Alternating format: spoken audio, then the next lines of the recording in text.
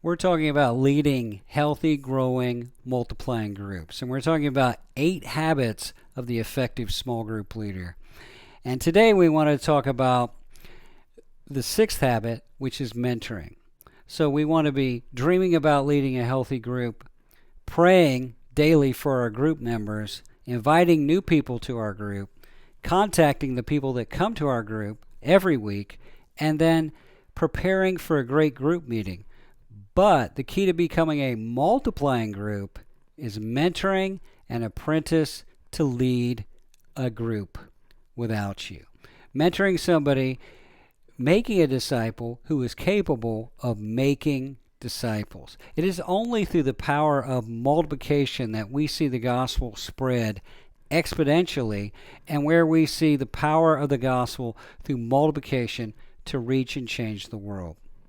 So let's talk about mentoring. And when I'm talking about mentoring an apprentice to lead a group, I'm talking about cooperating with God in what He's doing in their lives to develop them specifically to lead a group. You're not just discipling them in general, you're discipling them to do something, which is to lead a healthy, growing, multiplying group.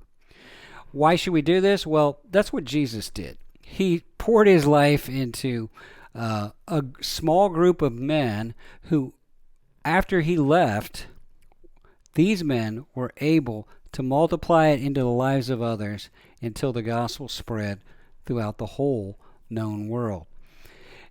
Paul was a multiplier. Everywhere he went, he always had 2 or 3 or 4 or 5 young men with him doing ministry, watching him do ministry, doing ministry with him, and then able to do ministry without him. So when we are talking about mentoring and multiplying leaders, we're talking about following in the footsteps of Jesus. We're talking about following in the footsteps of Paul. Timothy, Titus, Silas, they were all leading churches because Paul had developed them to do that.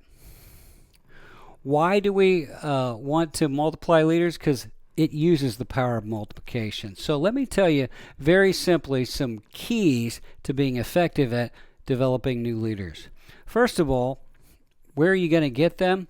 Pray for them. You say, well, I don't have anybody to disciple. I don't have anybody who's an apprentice. Where do I get them? Pray for them. When I was 19 years old, I caught the vision of multiplication.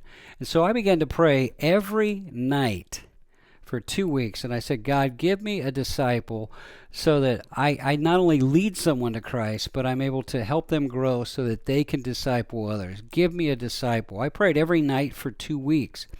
And interestingly, at the end of 2 weeks, a young man who lived in the same dorm that I lived in came up to me and said, Dave, I know that you spend time with God. I see something in your life I need to have. Would you disciple me? What a perfect answer to prayer. Jesus said, pray the Lord of the harvest that He'll send forth laborers into the harvest. This is a prayer God loves to answer.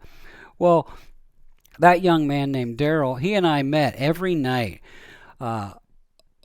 for 2 weeks. And every night when we got together, we prayed God would give us more disciples. Interestingly, after meeting together for 2 weeks, another young man came up to us and he said, well, I've been seeing what you guys have been doing. I've been hearing what you've been talking about. I want in on that. Can I join your group? So we prayed every week, every night for 2 weeks, and God heard our prayer and gave us another disciple.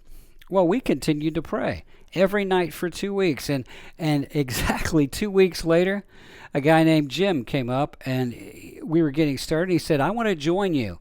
And we said, well, how do you even know about us? And he said, well, he's my roommate, and he's changed so much. I want whatever he has. All he talks about is this discipling group. I want to be a part of your small group.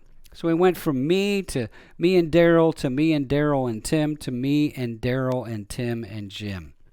Well, we kept praying. By the end of the semester, we had 12 to 15 guys meeting with us every night. It was incredible what God was doing. As a result of that, a few months later, Tim and Jim and Daryl all started their own groups. Some of the other guys kept growing and developing. 2 of them actually became directors of large missions agencies overseeing hundreds of missionaries. Never underestimate the power of multiplication, and never underestimate the power of prayer to position you to be a person God will send disciples to. So you need to pray for disciples. Then you need to pour your life into your disciples. I mentioned my neighbor when we moved to Las Vegas who was an atheist. He moved in at the same time we did. We started inviting him every Monday night to share dinner with us. And over the course of that time, he became a member of our group. He and his wife were born again. They both got baptized. They began to serve in our church. They began to reach out to others. He started his own group, and then he started 2 groups, and then he multiplied those groups, and then he became a pastor on the staff of the church that I was starting, and today he's a church planter, leading his own church. But for 4 years, we met with Randy and his wife, Michael, every Monday night. We poured our lives into them. We taught them what we knew and what they would need. So you need to pray that God will give you a disciple. You need to pour your life in them. Third, you need to make sure you're a good disciple and a good group leader, that your life, you're in the Word, that you're praying.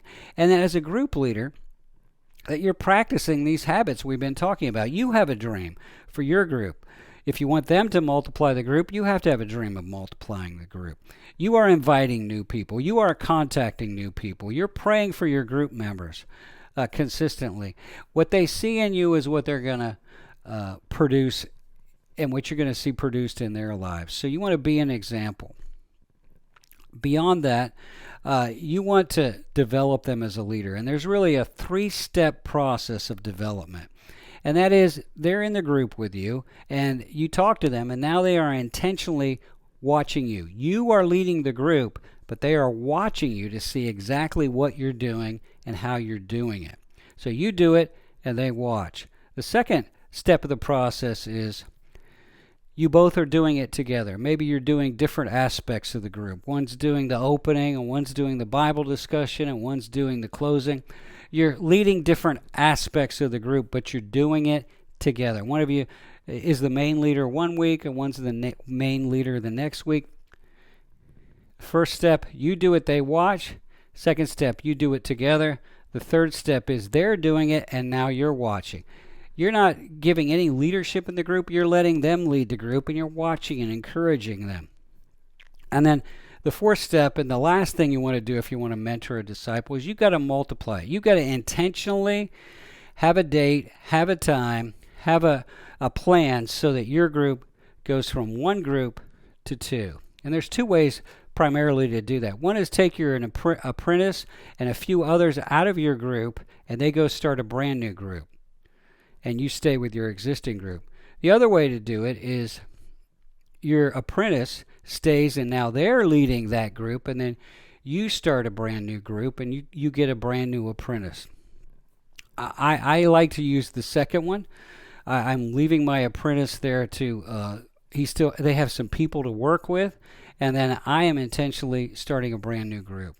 Well, there's a whole lot more we could say about mentoring, but this is the secret to multiplication. Mentoring is the key to multiplication, and multiplication is the key to reaching the world with the gospel of Jesus Christ.